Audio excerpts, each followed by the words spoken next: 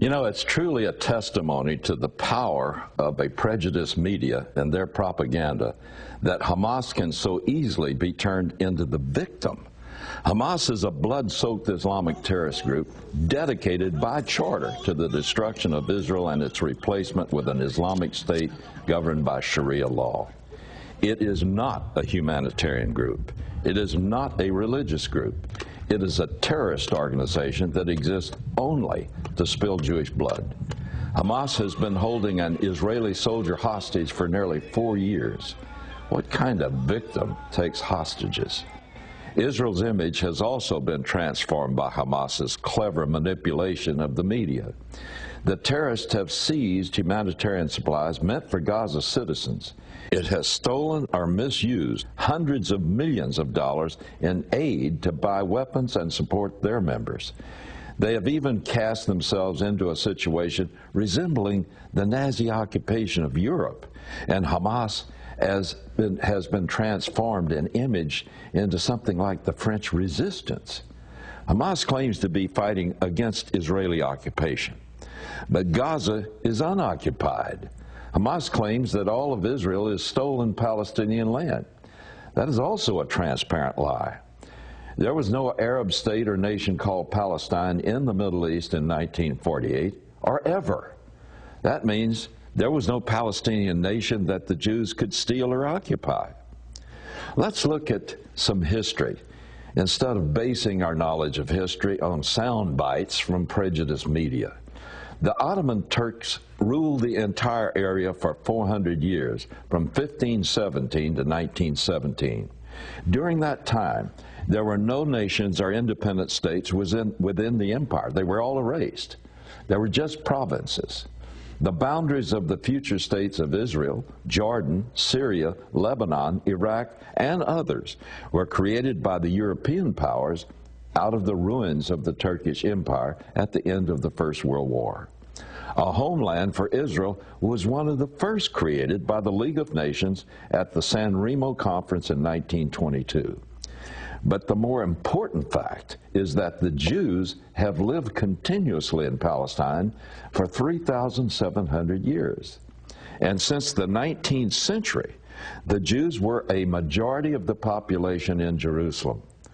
Therefore, since Israel's claim is older than any other, and its people have inhabited the land longer than any others, Israel has as much right to exist in the Middle East as do any of these Arab states.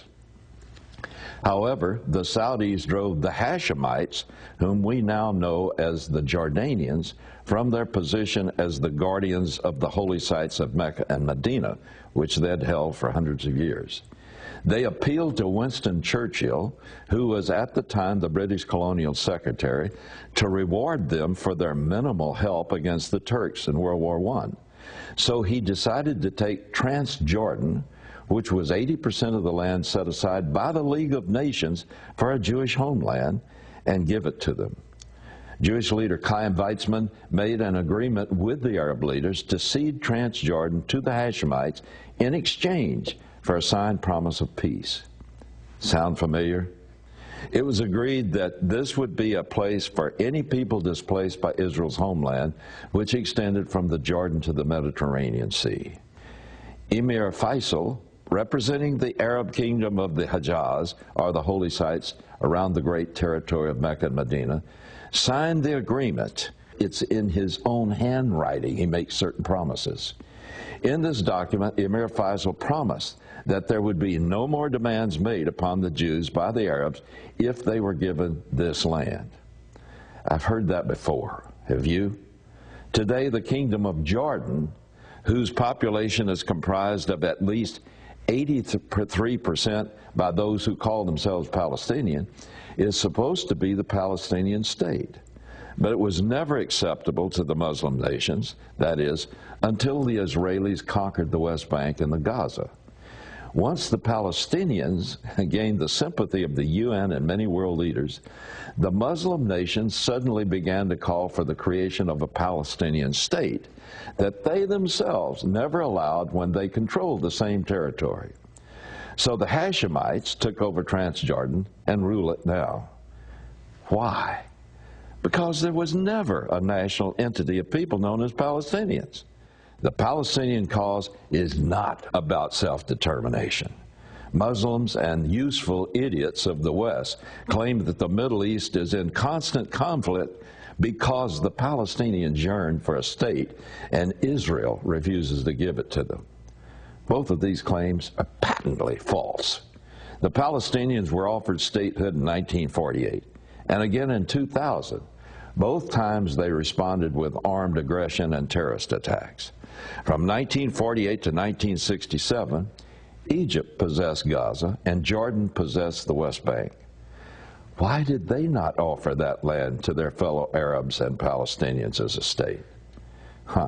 It's the same land they were now demanding from Israel. They want Israel to do what they wouldn't do. In 2005, Israel withdrew its military forces from Gaza, which they had occupied to prevent terrorist attacks. As soon as Israel withdrew and forcibly removed the Jewish settlements, Hamas began launching rockets against towns and schools inside southern Israel.